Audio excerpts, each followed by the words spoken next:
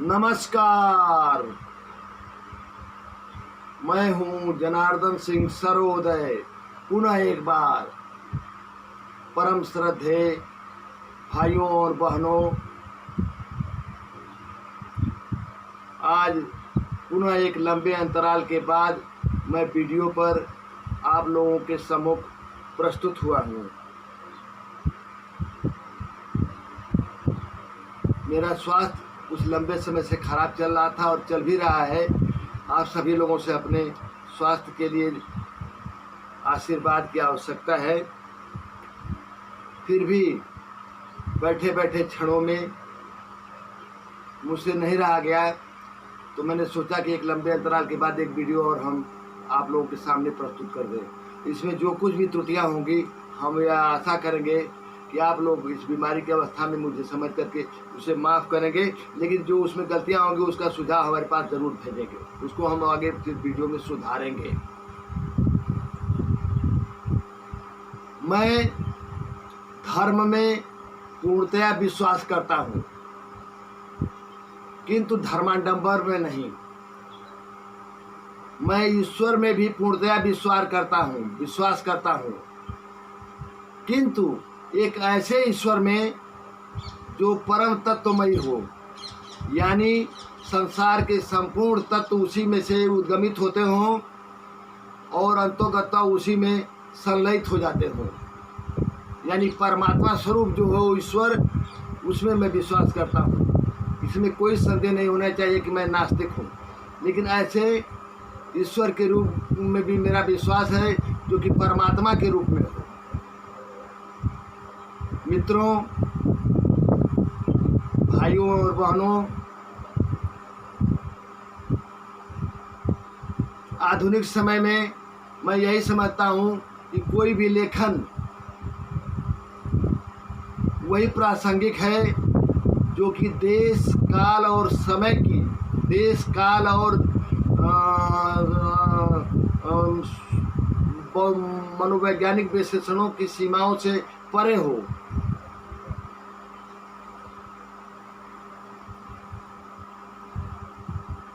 मैं यही समझता हूँ कि कोई भी सुंदर लेखन वही है जो कि देश और काल तथा धर्म संप्रदाय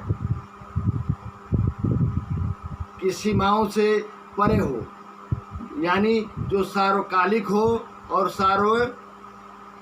सार्वत्रिक हो, सार्वभौमिक हो, तभी वह कालजयिता प्राप्त कर सकता है। किसी जाति, धर्म और संप्रदाय से जुटा हुआ कोई भी काव्य, कोई भी सृजन, कोई भी रचना, कोई भी महाकाव्य कभी भी पूर्णता को नहीं प्राप्त कर सकता। मैं जिस जागृति महाकाव्य को अपने 660 पृष्ठों के द्वारा लिखा हूँ, मैं यह चाहता हूँ कि भविष्य में उसको लेकर के मैं भारत माता का नाम पूरे संसार में उदित करूँ, और अगर मेरा स्वास्थ्य जब सही हो जाता है तो मैं इसको लेकर के तुरंत आगे बढ़ूंगा और नोबेल फाउंडेशन की तरफ जा कर के भारत को साहित्य के क्षेत्र में अपने नोबेल पुरस्कार भी दिलाने के लिए प्रयास करूंगा। और संभवतः मैं समझता हूं कि अतिशयोक्ति नहीं होगी, इसमें 40 वर्षों की एक अथक साधना है। कुछ लोगों को हास्यास्पद भी लगता होगा। मेरे कुछ मित्र कहते हैं कि भैया, जो कि बड़े अच्छे यूट्यूबर हैं, अच्छे फेसबुक वर्कर हैं, सोशल मीडिया वर्कर हैं, कि आप कोई भी जो कंटेंट बोलते हैं शुरू में उसको तैयारी करके बोला करिए। हर अच्छे सफलकार जो है, सफल यूट्यूबर या सोशल मीडिया के लोग पहले उसको तैयार करते हैं फिर बोलते हैं। लेकिन दोस्तों, बचपन से ही मेरी ये आदत कभी नहीं रही है। एक क्षण भी मैं पहले नहीं ये सोचता हूँ कि मुझे क्या बोलना है। कोशिश यह करता हूँ कि जो कुछ भी बोलूँ वह सरल से सरल भाषा में हो, शुद्ध से शुद्ध भाषा में हो, और वह सबके लिए जो है समझ में आ जाए। और इन्हीं शब्दों के साथ मैं चाहूँगा कि आप लोग, हमारी एक कविता है हमारे इस जागृति महाकाव्य जो 610 पृष्ठों की है, 618 पृष्ठों की है, उसके पृष्ठ 455 पर एक हमारी कविता है, पूजा घर। मैं मानता हूँ कि आजकल के ज़माने में पूजा घर की थोड़ी सी प्राथमिकता और उसकी परिभाषा बदल गई है, जिसको मैं अपनी कविता के माध्यम से आपको समझाऊंगा और उस पर आपके कमेंट भी चाहूँगा और खुले रूप में चाहूँगा। और इसी भावनाओं के साथ मैं अपनी उच्चता की तरफ बढ़ रहा हूँ और मुझे विश्वास है, संकल्प है और आशा है कि निश्चित ही मैं अपने लक्ष्य को प्राप्त करूँगा।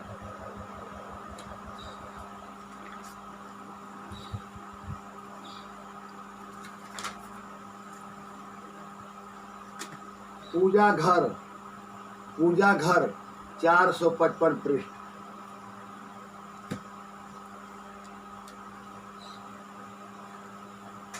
पूजा घर मंदिर मस्जिद गिरजाघर गुरुद्वारों की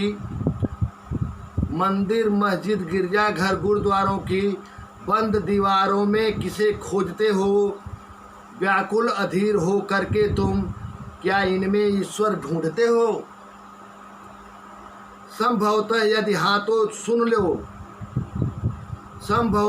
हाथों सुन ले ईश्वर इन सबसे ऊब गया है, इन्हें छोड़ गंदी गलियों में जा कर के वह बस गया है। वृद्ध गरीब भिक्षुक कोढ़ी के रूपों में अब वह रहता है, दलित अदिश बेघर बन करके सर्वत्र विचरता फिरता है। बाल श्रमिक विकलांग दास के भेषों में दिखता है, शोषित अनाथ रोगी के रूप में दिखलाई पड़ता है। भूखे प्यासे फटे हाल रूपों में वह रहता है, पीड़ित उपेक्षित असहाय लोगों के बीच बसता है। अभावग्रस्त निर्बल दुखियों के रूपों को धारण करता है, पाखंड और वैभव से दूर सीधेपन में रमता है।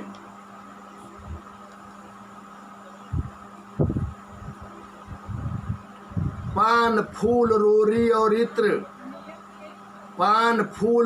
और इत्र बंधन चंदन भी नहीं चाहिए, धूप दशांग मालाएं स्तुति कुछ भी ईश्वर को नहीं चाहिए। वस्तु से जो शोषण से एकत्रित की जाती हो, मुख की रोटियां छीन करके जो उसे समर्पित की जाती हो। नहीं चाहिए उसको वैभव और न जग की निधियां सारी, उसे मात्र लगती है शाश्वत स्वच्छ भावना सबसे प्यारी। नहीं चाहिए उसे चालाकी सहज सरलता उसे चाहिए, नहीं किसी बच्चे को उसके पीड़ाएं और दुख चाहिए। उसे चाहिए सत्य अहिंसा सामाजिक सेवा की शुद्ध भावना, निजी स्वार्थों की बलवेदी पर जनहित की मांगलिक कामना। उसे चाहिए क्षमा दया ब्रह्मांडैव कुटुंबकम का आदर्श, प्रेम त्याग अर्पण विश्वास सकल सृष्टि का चिर उत्कर्ष। यदि तुमको ईश्वर को पाना है तो दुखियों के पास जाना होगा, तन मन धन से उसके दुख में अपना हाथ बटाना होगा। यदि तुमको ईश्वर को पाना है तो रोगियों के पास जाना होगा, उसके बहते घावों पर हाथों से दवा लगाना होगा। यदि तुमको ईश्वर को पाना है तो भिक्षुक को अपनाना होगा, उसके भूखे पेटों को अन्नों से भरना होगा। यदि तुमको ईश्वर को पाना है तो वृद्धों को गले लगाना होगा, लाठियों का संबल दे करके उनको तुम्हें उठाना होगा। यदि तुमको ईश्वर को पाना है तो निर्धनों को अपनाना होगा, उनके दरिद्रता के कष्टों को सतत दूर करना होगा। यदि तुमको ईश्वर को पाना है तो समाज में जाना होगा, शोषित अनाथ उपेक्षित के आंसू तुम्हें पोंछना होगा।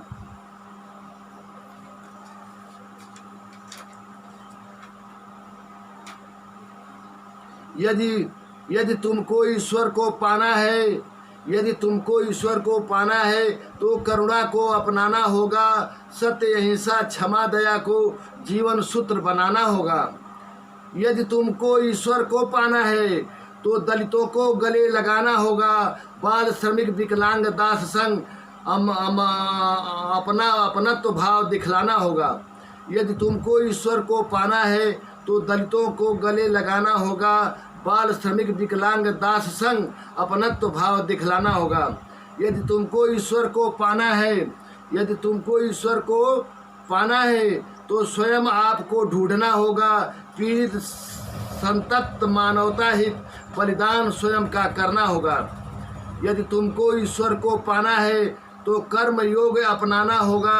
आसक्ति रहित निष्काम कर्म कर परमानंद पाना होगा। यदि तुमको ईश्वर को पाना है तो खुला स्वयं को रखना होगा। प्रकृति संग अपने को जोड़कर सुखानुभूति करना होगा। यदि तुमको ईश्वर को पाना है तो विराटत्व तो अपनाना होगा। सांसारिक विविधताओं में ही उसको तुम्हें देखना होगा।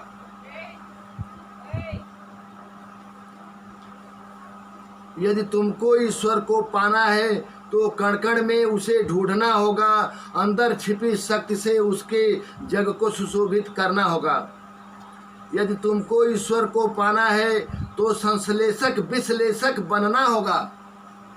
ईश्वर अगर पूजा घर की जिस आप कल्पना करते हैं तो अंधानुरक्त से उत्पन्न हुई कोई भी आस्था परमानेंट नहीं होती और न तो वह जो है समाज के लिए कल्याणकारी होती है। उसमें एक वैज्ञानिक सोच होनी चाहिए, भगवान बुद्ध की तरह से, भगवान राम की तरह से। अंधानुकरण नहीं धर्म में और न विचारों में न और ज्ञान में।